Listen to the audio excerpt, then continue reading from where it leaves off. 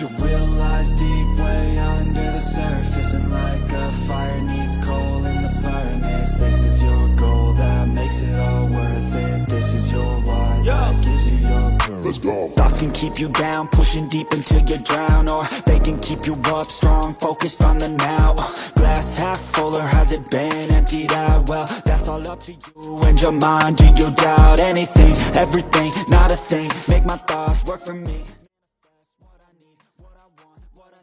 Maksud terselubung Marc Marquez saat ikut murid Rossi di MotoGP Hungaria 2025. Pada ajang MotoGP Hungaria 2025 yang berlangsung di sirkuit Balaton, dunia balap motor menyaksikan pertarungan sengit antara dua pembalap berbakat, Marc Marquez dan Marco Bezzecchi.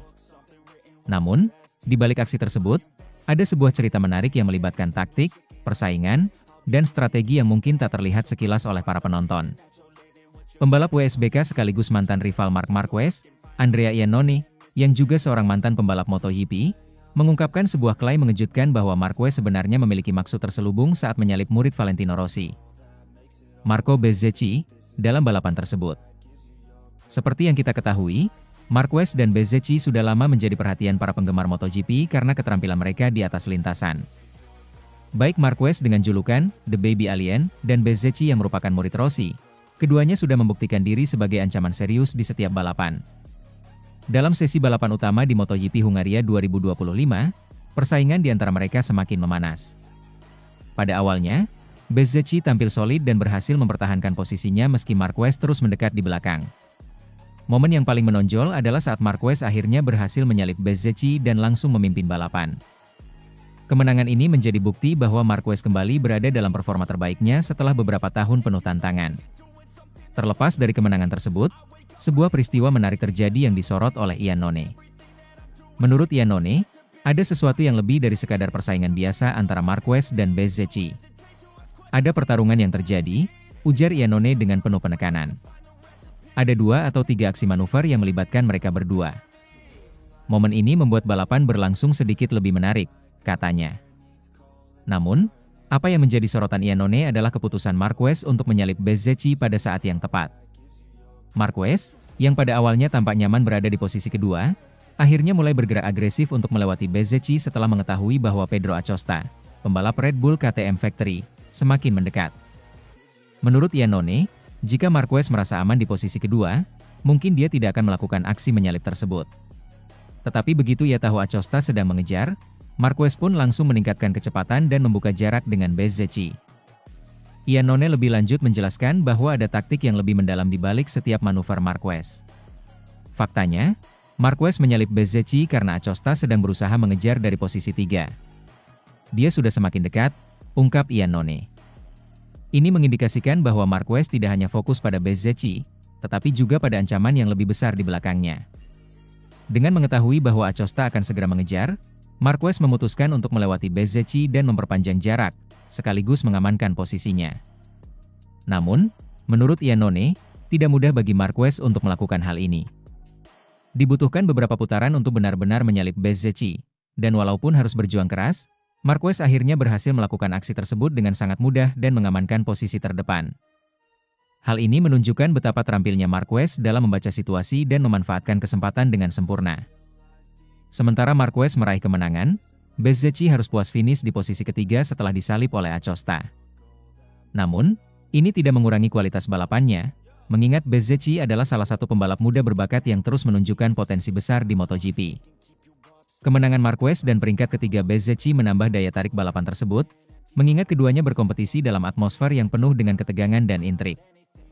Andrea Iannone juga memberikan pujian pada performa Bezzecchi, meskipun dia kalah dari Marquez dan Acosta.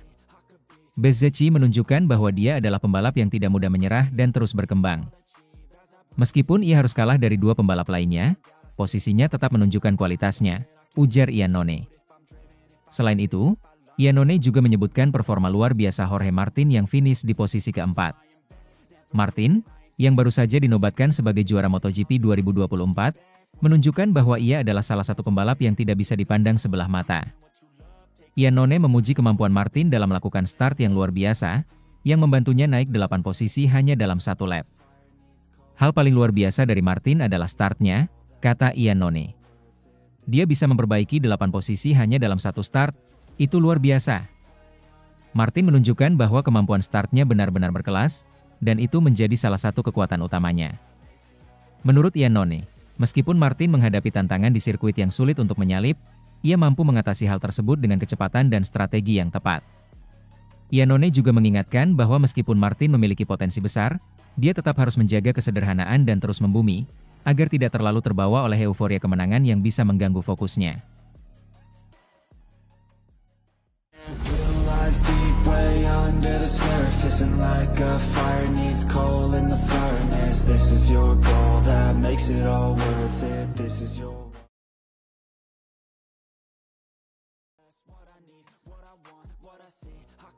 Pedro Acosta, Marc Marquez dan Valentino Rossi berada di level yang sama.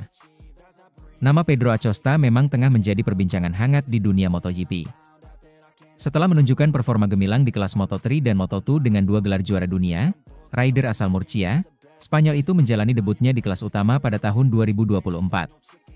Dan hasilnya? Luar biasa. Pada musim perdananya, Acosta mencuri perhatian dengan tampil berani, penuh semangat, dan nyaris tanpa rasa takut. Ia berhasil mengamankan 9 podium, termasuk dari balapan sprint, dan menutup musim pertamanya dengan finish di posisi ke-6 klasemen dunia. Sebuah pencapaian luar biasa untuk pendatang baru. Karena performa apiknya itu, tak butuh waktu lama bagi KTM untuk mempromosikannya ke tim pabrikan pada musim 2025, menjadikannya rekan setim dari Brad Binder. Harapannya? Tentu menjadi pesaing utama dalam perebutan gelar juara dunia. Namun kenyataannya tidak semudah itu. Musim keduanya di MotoGP justru dimulai dengan penuh tantangan.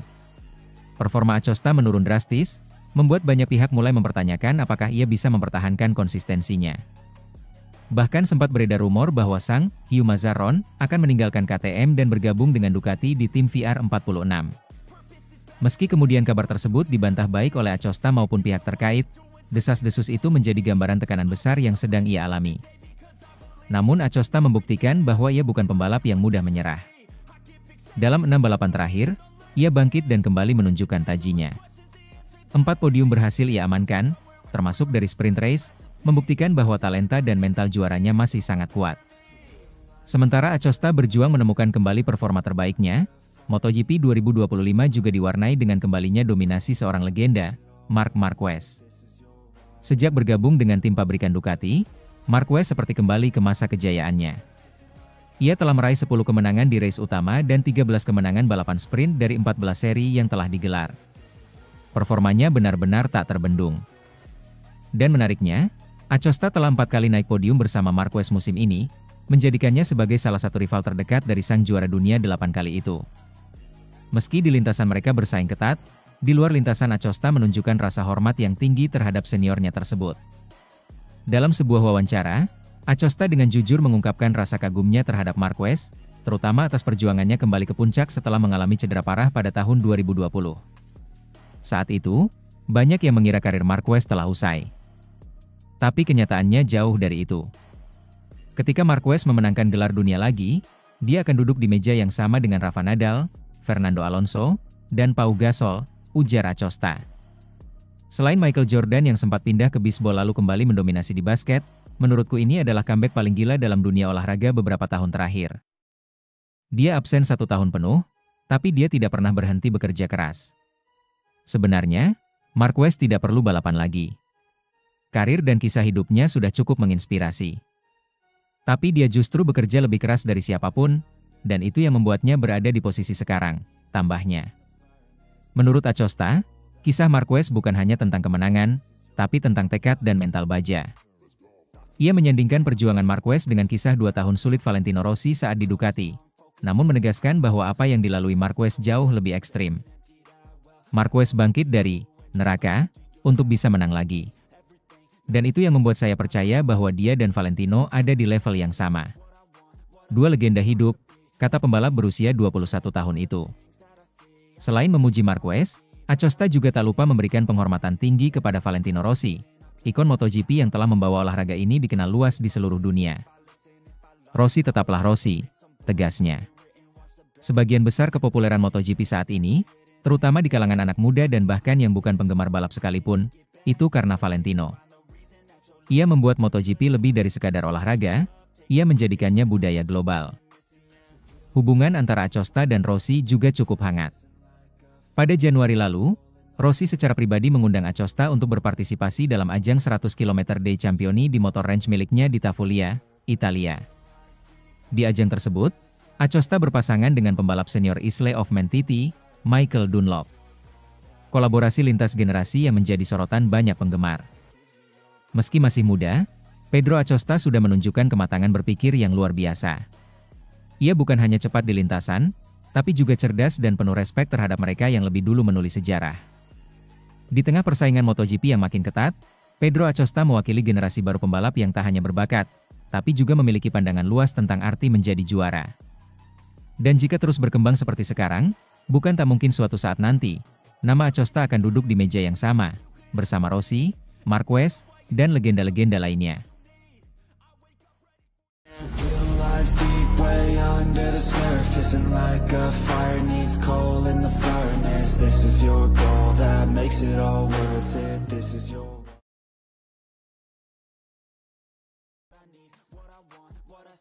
Casey Stoner, Marc Marquez belum tunjukkan level maksimalnya di MotoGP 2025.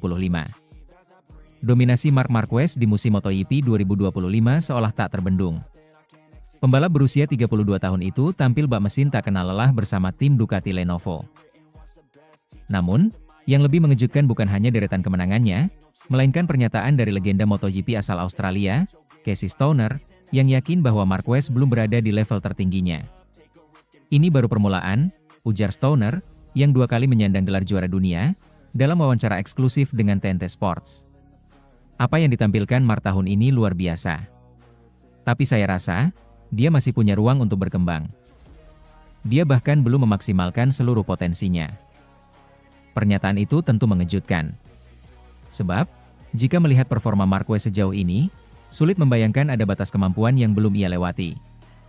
Setelah 14 seri yang telah berlangsung musim ini, Marquez telah mencatatkan kemenangan di 10 Grand Prix, termasuk 7 seri terakhir secara beruntun. Ia juga menyapu bersih 13 dari total sprint race musim ini. Hasil itu membuatnya unggul 175 poin dari pesaing terdekat di klasemen sementara. Dengan performa seperti ini, Marquez bahkan bisa mengunci gelar juara dunia di IP San Marino, yang akan digelar awal September mendatang. Suatu pencapaian yang sebelumnya hanya bisa dibayangkan oleh penggemar beratnya. Namun, bagi Stoner, performa ini bukan hanya soal kecepatan mentah atau keberuntungan.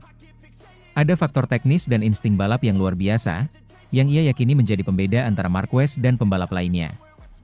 Stoner menjelaskan bahwa salah satu kekuatan utama Marquez adalah kemampuannya menggabungkan gaya balap lama dengan teknologi motor modern, terutama sistem elektronik yang kini sangat berperan besar dalam performa motor MotoGP. Marc punya cara unik dalam memanfaatkan perangkat elektronik pada motor Ducatinya, jelas Stoner. Berbeda dengan pembalap generasi sekarang, dia tak hanya mengandalkan insinyur atau teknologi untuk menyempurnakan performa motor. Dia masih tahu bagaimana rasanya mengendalikan motor sebelum teknologi mengambil alih segalanya. Marc tahu di mana letak batas cengkeraman, dan dia berkendara di ujung batas itu. Dia tidak menunggu reaksi dari sistem elektronik, tapi justru memprediksi apa yang akan terjadi sebelum itu semua terjadi. Itu hal yang tidak bisa dilakukan banyak pembalap sekarang. Satu hal lain yang menarik perhatian Stoner adalah bagaimana Marquez terlihat sangat tenang dan santai ketika membalap, bahkan ketika memimpin balapan dengan selisih besar. Dia tidak mencoba membuat jarak waktu 0,1 detik di setiap tikungan. Dia mengalir. Sangat efisien, jelas Stoner. Dan itu mungkin jadi alasan mengapa dia bisa menjaga konsistensi. Tidak perlu menekan motor atau dirinya sendiri di setiap lap. Hal ini, menurut Stoner, juga menjadi bukti bahwa Marquez sedang dalam zona nyamannya. Namun menariknya, zona nyaman ini belum tentu merupakan batas maksimal Marquez. Justru, jika situasi menuntut, bisa saja Marquez masih punya tenaga dan kemampuan ekstra yang belum ia keluarkan musim ini. Dalam wawancaranya, Stoner juga menyoroti perbedaan besar antara pembalap generasi lama dan generasi sekarang. Ia menyebut bahwa pembalap muda saat ini cenderung sangat bergantung pada teknologi, terutama sistem elektronik dan perangkat-perangkat otomatis pada motor. Generasi sekarang hanya tahu bahwa motor akan mengatur dirinya sendiri, sindir Stoner. Mereka hanya perlu memutar gas, dan sistem akan menyesuaikan ketinggian, daya dorong, dan lain-lain secara otomatis. Namun, Marquez adalah pengecualian. Mark masih punya pemahaman lama. Dia tidak hanya mengandalkan teknologi, tapi menggunakannya sebagai alat, bukan penopang utama. Dengan 7 seri tersisa, termasuk IP Catalunya yang akan berlangsung pada 5-7 September mendatang, peluang Marquez mengunci gelar juara dunia dalam waktu dekat sangat terbuka lebar. Namun, jika pernyataan Stoner benar bahwa Marquez belum menunjukkan performa maksimal, maka dunia MotoGP mungkin sedang menyaksikan awal dari era dominasi baru. Bukan hanya kemenangan demi kemenangan yang membuat Marquez istimewa di musim 2025 ini, tetapi juga cara ia mengendalikan semua aspek balapan. Dari strategi, teknis, hingga mental. Dan jika ini adalah Marc Marquez yang belum berada di level tertingginya, maka kita semua harus bersiap untuk kejutan yang lebih besar lagi. Deep way under the surface, and like a fire needs coal in the furnace. This is your goal that makes it all worth it. This is your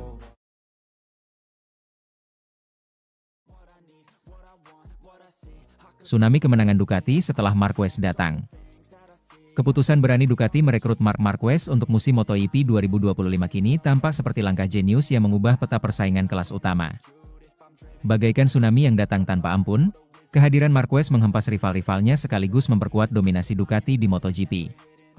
Musim ini seolah-olah hanya milik satu nama, Marc Marquez.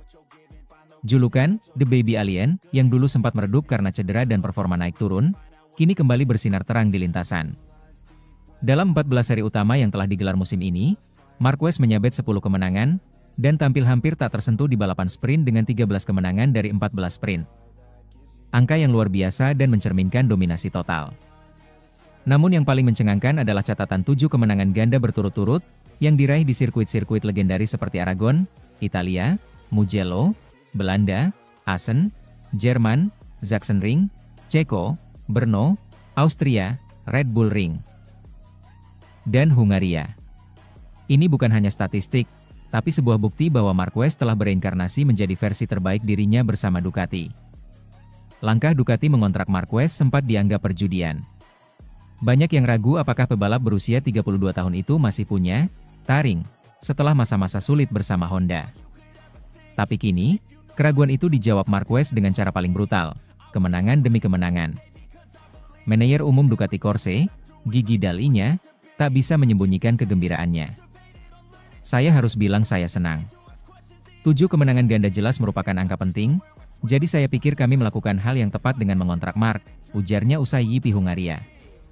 Bagi Ducati, Marquez bukan sekadar bintang, ia adalah mesin kemenangan.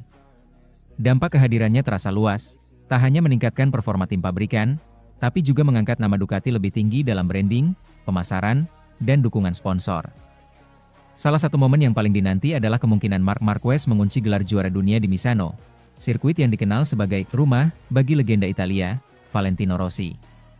Jika skenario ini terwujud, maka drama emosional akan membuncah.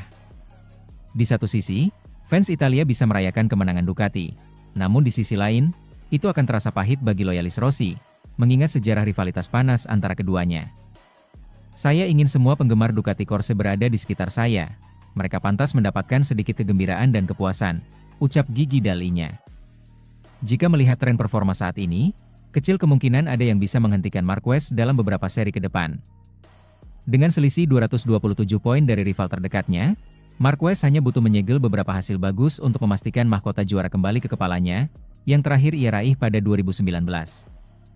Ironisnya, di tengah euforia Ducati bersama Marquez, performa Francesco Bagnaia, juara dunia 2 musim terakhir, justru tampak memudar. Meski sudah 3 tahun bersama tim pabrikan Ducati, Bagnaia kesulitan menemukan ritme yang bisa menandingi Marquez. Hingga GP Hungaria, Bagnaia baru mencicipi 1 kemenangan, itu pun hanya di GP Amerika Serikat. Dalam balapan sprint, ia belum 1 kali pun naik podium tertinggi. Beberapa kali, ia bahkan tercecer dari posisi 10 besar. Performa yang jauh dari kata konsisten. Selisih 227 poin antara Bagnaia dan Marquez bukan hanya menunjukkan perbedaan kecepatan, tapi juga memperlihatkan betapa dalamnya pengaruh Marquez terhadap keseimbangan tim. Tekanan mental dan ekspektasi tinggi tampaknya mulai membebani Bagnaia, yang sebelumnya menjadi andalan utama Ducati. Dengan masih menyisakan 8 seri lagi hingga balapan penutup di Valencia pada pertengahan November, peluang Marquez untuk menyegel gelar lebih awal terbuka lebar. Jika ia mempertahankan tren kemenangannya di 2 atau 3 seri ke depan, gelar ke-9-nya di kelas utama bisa datang sebelum musim berakhir. Pertanyaannya kini bukan lagi, apakah Marquez akan juara, tapi, kapan dan di mana? Misano bisa menjadi tempat yang paling dramatis untuk itu. Jika hal tersebut terjadi, Ducati akan mencatatkan sejarah baru, 3 gelar juara dunia berturut-turut, 2 oleh Bagnaia dan 1 oleh Marquez, serta membuktikan bahwa mereka adalah kekuatan utama di era MotoGP modern. Kedatangan Marc Marquez ke Ducati bukan hanya membawa tsunami kemenangan, tapi juga menciptakan gelombang baru dalam sejarah MotoGP. Di saat para pebalap lain mencoba bertahan dari hempasan, Ducati justru berselancar di puncak ombak bersama pebalap terbaik generasi ini. Apakah tsunami ini akan terus menghantam musim depan? Dengan kombinasi antara motor Desmosedici yang semakin sempurna dan naluri juara Marquez yang sudah terasa, jawabannya mungkin, iya. Dan untuk sekarang, MotoGP 2025 adalah milik Ducati dan Marc Marquez. Yang lain, hanya penonton dalam pertunjukan mereka. Deep way under the surface, and like a fire needs coal in the furnace. This is your goal that makes it all worth it. This is your